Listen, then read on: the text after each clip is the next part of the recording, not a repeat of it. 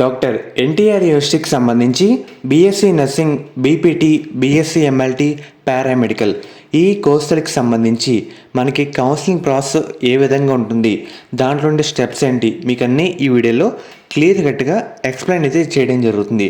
మెయిన్గా వీడియోలోకి వెళ్ళే ముందు వీడియో లైక్ చేయండి. కొత్తగా అయితే మన ఛానల్ చూస్తున్నారో సబ్స్క్రైబ్ అయితే చేసుకోండి.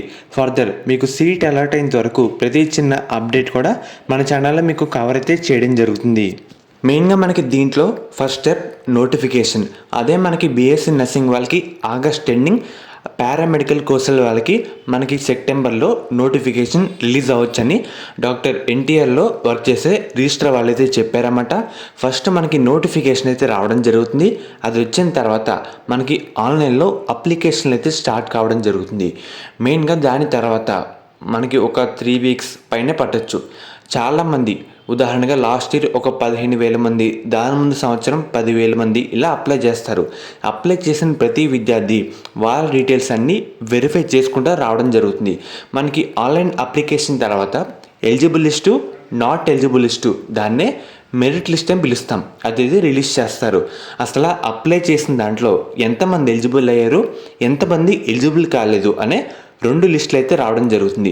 ఎంతమంది ఎలిజిబుల్ కాలేదో వాళ్ళకి ఇంకో అవకాశం అయితే ప్రొవైడ్ చేస్తారు. వాళ్ళకి ఎందుకు ఎలిజిబుల్ కాలేదు, వాళ్ళు ఉండే రిమార్క్స్ ఏంటి, అసలు ఎక్కడ మిస్టేక్ చేశారు అని స్పెసిఫిక్గా మెన్షన్ చేసి వచ్చే లిస్టులో వాళ్ళ పేరు ఉండేలా చూస్తారన్నమాట. మనం డాక్యుమెంట్స్ అప్లై చేసే టైంలోనే అన్నీ కరెక్ట్గా ఉండేలా చూసుకోవాలి. చూసుకుంటే మనకి ఫస్ట్లోనే ఎలిజిబుల్ లిస్టులో మన పేరు అయితే రావడం జరుగుతుంది. మెయిన్గా తర్వాత మనకి మెరిట్ లిస్ట్ తర్వాత ఒక 2 వీక్స్ అలా టైం తీసుకొని ఫైనల్ మెరిట్ లిస్ట్ అయితే రిలీజ్ చేస్తారన్నమాట. దాంట్లో పేరున్న వాళ్ళ దాంట్లోనే ఎవరికైతే ఫైనల్ మెరిట్ లిస్ట్లో పేరు ఉంటుందో వాళ్ళందరూ కౌన్సిలింగ్లో ఇంకో నెక్స్ట్ స్టెప్ వెళ్ళడానికి అవకాశం అయితే ఉంటుందన్నమాట. ఎవరికైతే పేరు లేదో వాళ్ళకి అవకాశం అయితే లేదు, అక్కడితో స్టాప్ అయితే అవ్వాల్సిందే. మనకి ఫైనల్ మెరిట్ లిస్ట్ తర్వాత వెబ్ ఆప్షన్లు అయితే రిలీజ్ చేస్తారు.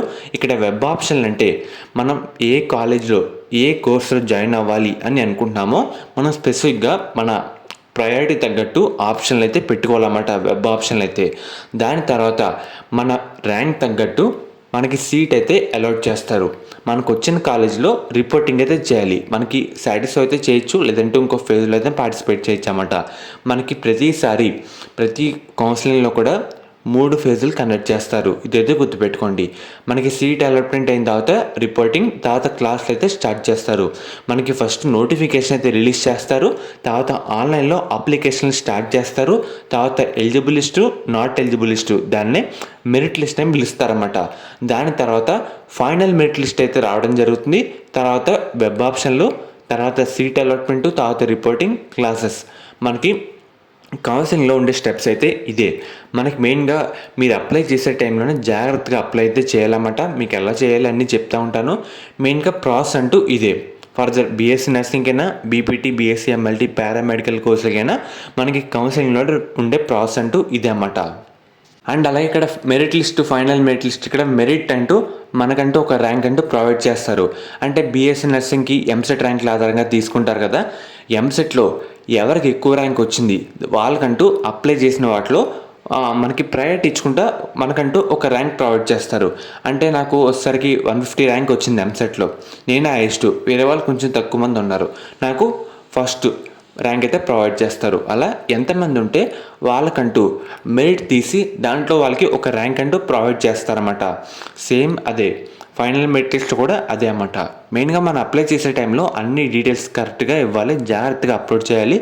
మనకి నాట్ ఎలిజిబుల్ లిస్ట్లో మన పేరు ఉంటే మనం క్వాలిఫై అయితే అవ్వలేము, కౌన్సిలింగ్లో పార్టిసిపేట్ అయితే చేయలేము. ఇదైతే గుర్తుపెట్టుకోండి. మనకి కౌన్సిలింగ్ కూడా మ్యాక్సిమం స్టార్ట్ అయితే ఒక 2 months అలా టైం అయితే పడుతుంది ఈజీగా. ఫర్దర్ స్టార్టింగ్ తర్వాత అప్డేట్ అయితే ఇస్తాను.